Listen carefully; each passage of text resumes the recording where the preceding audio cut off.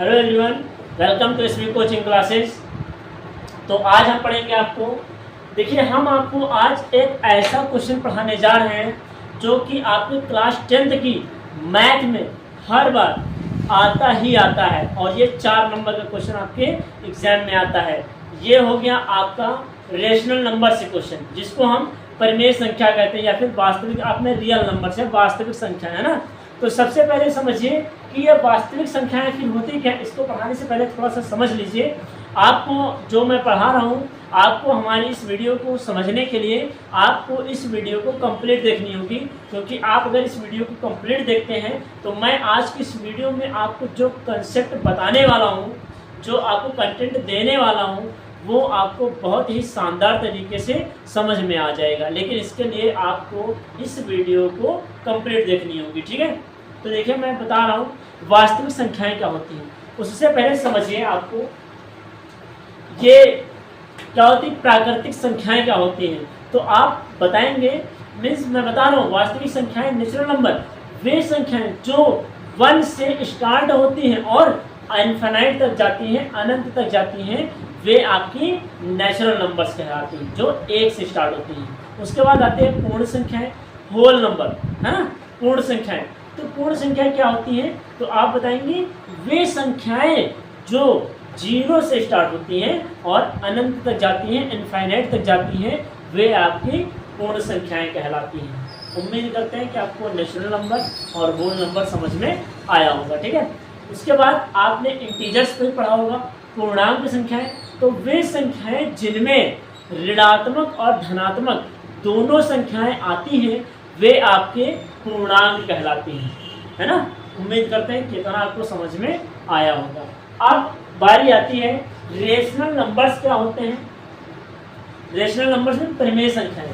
तो आप बोलेंगे सर वे संख्याएं जो P/Q के फॉर्म में लिखी जा सकती हैं, मीन्स वे संख्याएं जो P/Q के रूप में लिखी जा सकती हैं, उन्हें हम परिमेय संख्याएं कहते हैं। जैसे 1/2 हो गया, 2/3 हो गया, 4/5 हो गया, जो अपॉन में लिखी जा सके वे आपकी क्या होती हैं, परिमेय संख्याएं। जैसे मैं बोल दूं √4, रूट क्या हो जाएगा, √9, √16, है ना।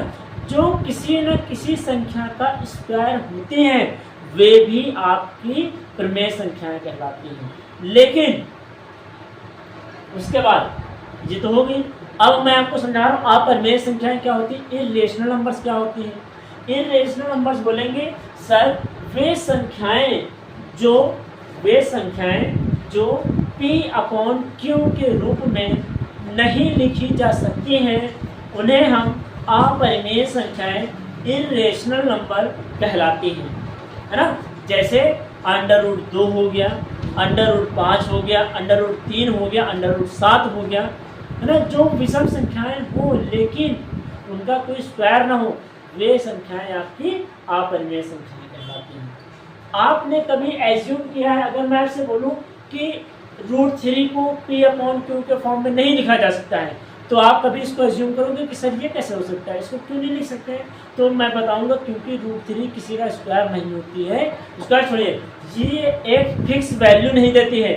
√3 को अगर आप डिवाइड करेंगे तो ये कभी भी खत्म नहीं होगी, कभी भी अपनी कंप्लीट वैल्यू नहीं देती है। और जो संख्या अपनी कंप्लीट वैल्यू नहीं देती है, वह आपकी अपरिमेय संख्या, इर्रेशनल नंबर कहलाती है। तो आज की इस वीडियो में हम आपको इन √3 हो गया, √2 हो गया, √5 हो गया, इन जैसी संख्याओं को आपको हम प्रूव करके दिखाते हैं कि कैसे इन संख्याओं को प्रूव करना है, कैसे अपने एग्जाम में आपको इन क्वेश्चन को करके 4 नंबर आपको गेन करना है, ठीक है। तो देखिए आइए शुरू करते हैं। तो नंबर 1 मैंने लिखा है, सिद्ध कीजिए कि √3 एक अपरिमेय संख्या है ना। देखिए कैसे लिखा जाता है। सबसे पहले इसको क्या करेंगे, मान लेंगे। यहाँ से लिखेंगे पहले हल, क्या लिखेंगे, हल। अब यहाँ से लिखिए माना, क्या लिखेंगे, माना √3 एक, यहाँ क्या लिखा है, अपरिमेय। हम क्या मानेंगे, माना √3 एक परिमेय माना √3 एक परिमेय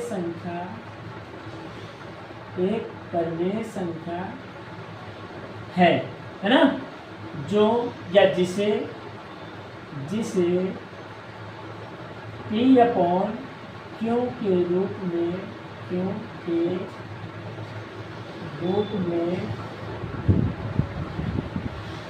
लिख सकते हैं ना, जहाँ P/Q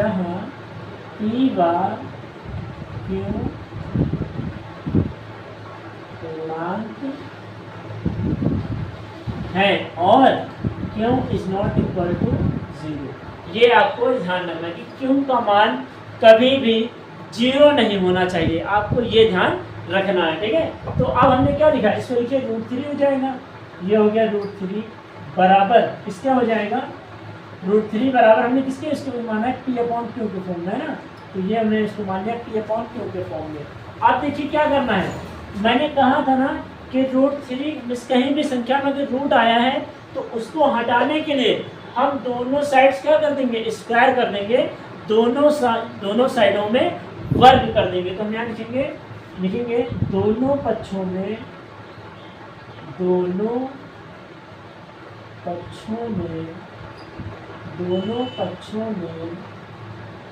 वर्ग करने पर, है ना, दोनों पक्षों में वर्ग करने पर। चलिए दोनों पक्षों का वर्ग कीजिए, √3 का स्क्वायर हो गया, यहाँ भी P/Q में क्या हो जाएगा, स्क्वायर। तो √3 का स्क्वायर करेंगे, मीन्स रूट से स्क्वायर क्या हो जाएगा, कैंसिल, तो यहाँ बचेगा 3, यहाँ P का स्क्वायर हो जाएगा P स्क्वायर और यहाँ Q का स्क्वायर Q स्क्वायर। अब ये जो Q स्क्वायर आया है ये 3 से मल्टीप्लाई कर लेगा, तो यहाँ क्या हो जाएगा, P स्क्वायर बराबर 3Q स्क्वायर। इसको मान लीजिए इक्वेशन फर्स्ट, है ना, ये हमने इक्वेशन फर्स्ट मान लिया। अब यहाँ से क्या लिखेंगे, अतः P स्क्वायर का गुणनखंड,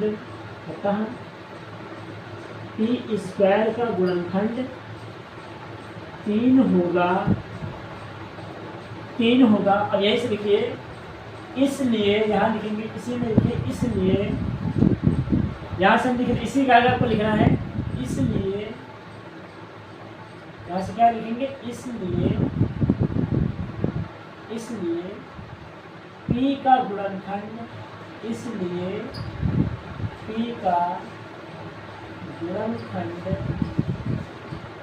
तीन होगा, इसलिए P का भी, है ना, इसलिए P का भी गुणनखंड 3 होगा। अगर P के लिए 3 आया है तो P, अब आपको Q के लिए निकालना है। देखिए P के लिए निकालना है, देखिए 2 नियम है ना, P और Q। आपने P के लिए सॉल्व कर लिया है, अब आपको Q के लिए सॉल्व करना है। तो यहाँ पर क्या लिखेंगे, पुनः, यहाँ लिखेंगे पुनः माना A बराबर 3C, ये हमने मान लिया। अब यहाँ क्या लिखेंगे, इनका भी दोनों का क्या करना है, स्क्वायर। देखिए कहीं 21 से स्क्वायर भी आएगा, यहाँ पर P बराबर मान लीजिए, P बराबर 3 क्यों मान लीजिए ना, क्योंकि अभी आगे काम आएगा। हाँ ठीक है, सही रहेगा, ठीक है। तो यहाँ क्या करेंगे, P बराबर 3 क्यों मान लिया, तो यहाँ लिखेंगे पुनः दोनों पक्षों में वर्ग करने पर, पुनः दोनों पक्षों में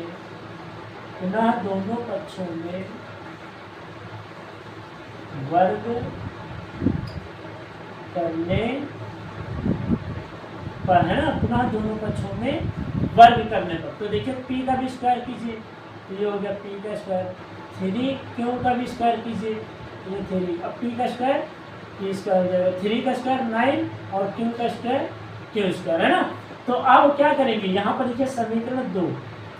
अब आप देखिए समीकरण 1 और 2 में P स्क्वायर बराबर है, तो हम इस P स्क्वायर का मान उठा करके जो 3Q स्क्वायर है, क्या हम समीकरण यहाँ पर जो P स्क्वायर लिखा है इसकी जगह रख सकते हैं, तो आप बोलेंगे यस सर। तो यहाँ लिखेंगे समीकरण समीकरण दो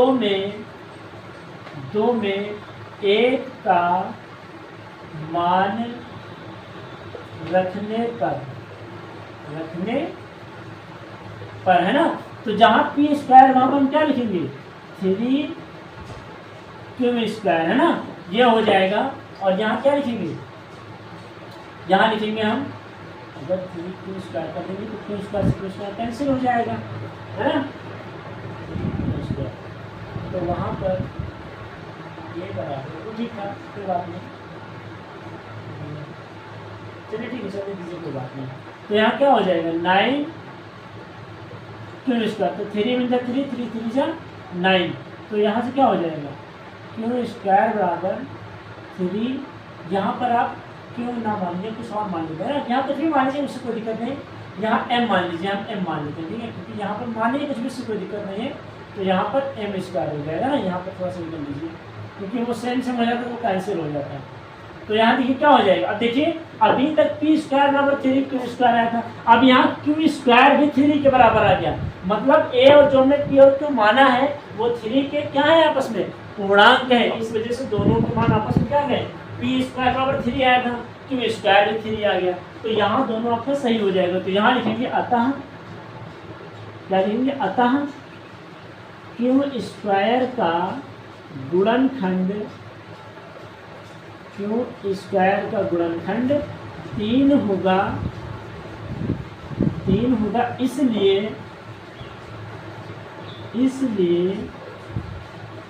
q का भी गुणनखंड 3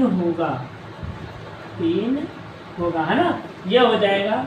इसलिए नहीं लिखेंगे यह इस तथ्य का विरोधाभास है,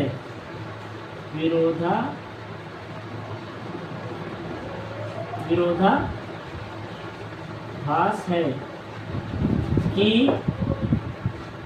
√3 एक परिमेय संख्या है, ठीक है, परिमेय संख्या है। वहाँ ये लिखेंगे अतः √3 एक अपरिमेय संख्या है, अपरिमेय संख्या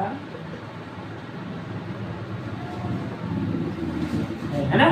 ये आपका 4 नंबर का क्वेश्चन मैंने आपको बहुत ही, देखिए यहाँ पर लिखा मैंने कि √3 एक परिमेय संख्या है ना, यहाँ पर स्पेस ना होता तो मैंने यहाँ पर लिख दिया ठीक है, और ये आपको स्टेटमेंट लिख देनी है, √3 एक अपरिमेय संख्या है ना। ये रहा आपका 4 नंबर का क्वेश्चन जो कि आपके एग्जाम में बहुत ही ज़्यादा हर बार पूछा जाता है, वो चाहे √ यहाँ पर 2 दे दे, 3 दे दे, √5 दे दे, √7 दे दे, आपको सेम जैसे मैंने लगाया है आपको ऐसे ही अपने एग्जाम में करना है। उम्मीद करते हैं कि आपको ये क्वेश्चन जो आपको पहले टफ लगता था अब आपको आसान और बहुत ही इजी लग रहा होगा है ना। तो अगर आपको ये कॉन्सेप्ट समझ में आया है तो आप इस वीडियो को लाइक करें और चैनल को सब्सक्राइब करें। तो मिलते हैं नेक्स्ट वीडियो में इसी तरह इम्पोर्टेंट क्वेश्चन के साथ में। और अगर आपको ये समझ में आया है तो आप मुझे कमेंट बॉक्स में यस लिख दीजिएगा, मैं समझ जाऊंगा कि हाँ आपको कॉन्सेप्ट पकड़ में आ रहा है और क्वेश्चन हम आपको कराएंगे। मिलते हैं नेक्स्ट वीडियो में। Thanks for watching this video.